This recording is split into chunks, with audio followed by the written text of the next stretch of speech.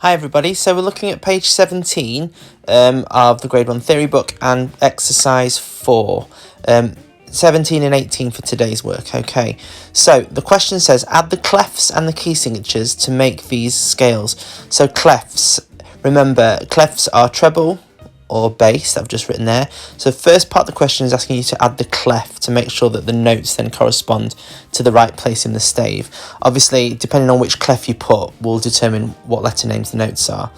Key signatures, that means therefore which sharps or flats are there in each scale, in each key, and you have to put them at the beginning. Remember, the key signature goes at the beginning of the music, as I'm showing you now.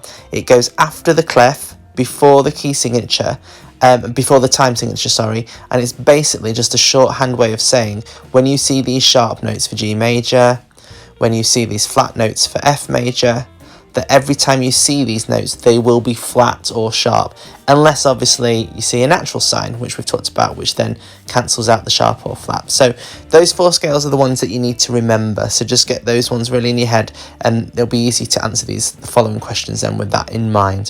So looking at the first example.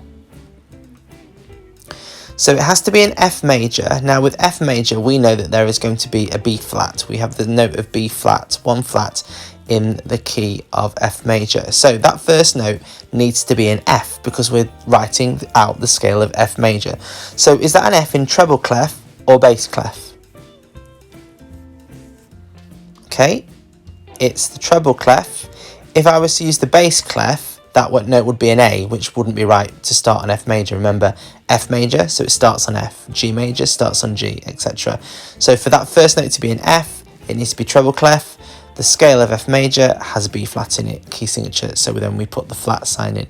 And then that scale is correct. If you follow the rest of the music, it's F to F in the treble clef.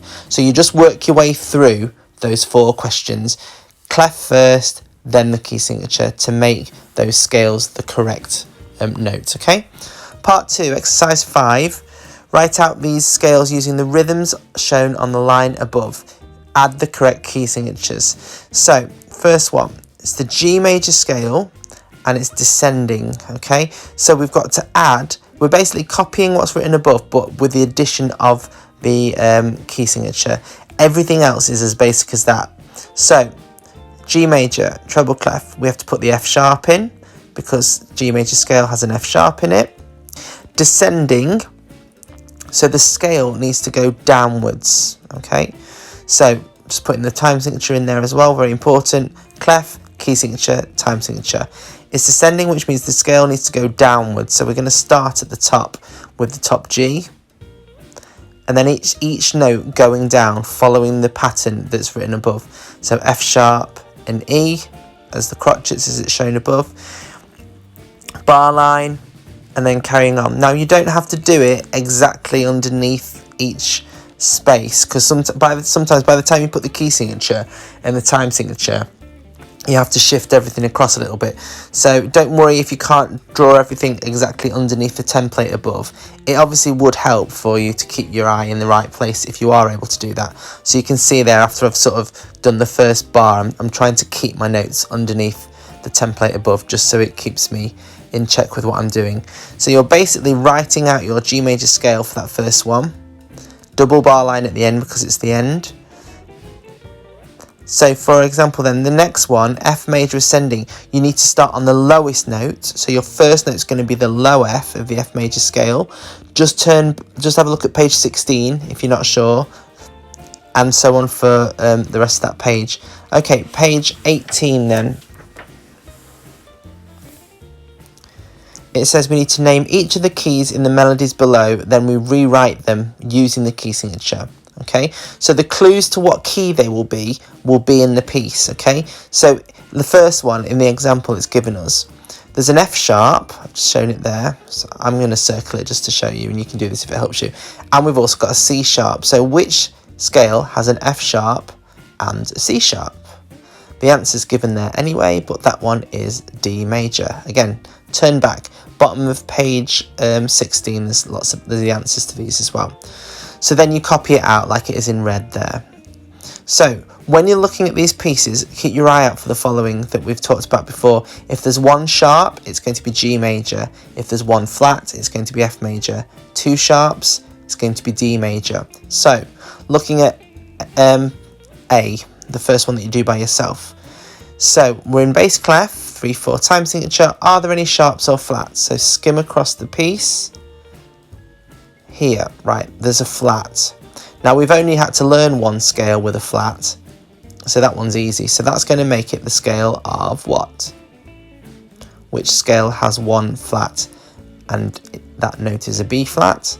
So the scale that has a B flat in it is F major. So we put that in the box underneath. So key, F major.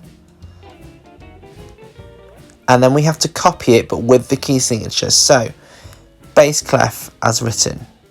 Now, one mistake here. I've then written the time signature, but what do I need to do?